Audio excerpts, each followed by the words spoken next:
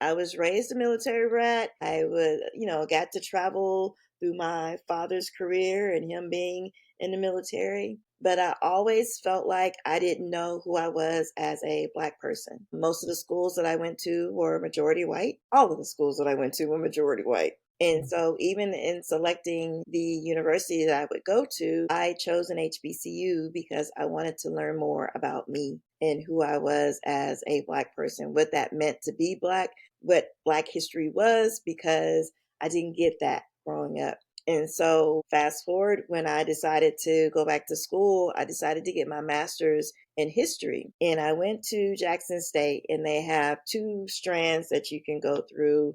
One was African American studies. I think the other one was like Asian Roman Empire or something that I was not interested in. And I just happened to be starting at the time that they were on the African American Studies strand. And I was so grateful. I learned more about my people, but a lot about myself. Because even going to Jackson State was an experience that I learned about myself. But until you truly study African American history, there's so much. And I think I've still only tipped the iceberg of what there is to know. And so it came out of a yearning to put some puzzle pieces into history that I come from. I love that. I love that because I remember being a high school student studying African American history, and I was like in the ninth grade. I don't even think I was supposed to be in that class. I think it was like only for like seniors or something in high school.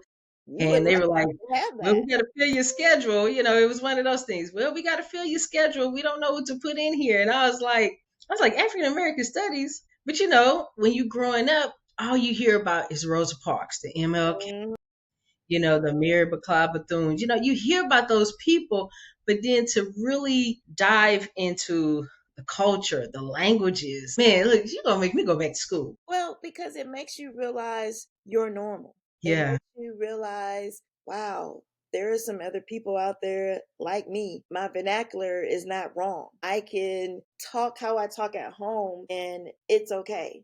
People can understand the words that I'm saying. I don't have to explain what I'm saying. And so, yeah, it's important to connect those dots to our history and understanding where we came from. And we know that we didn't start on a slave ship. So, all those things.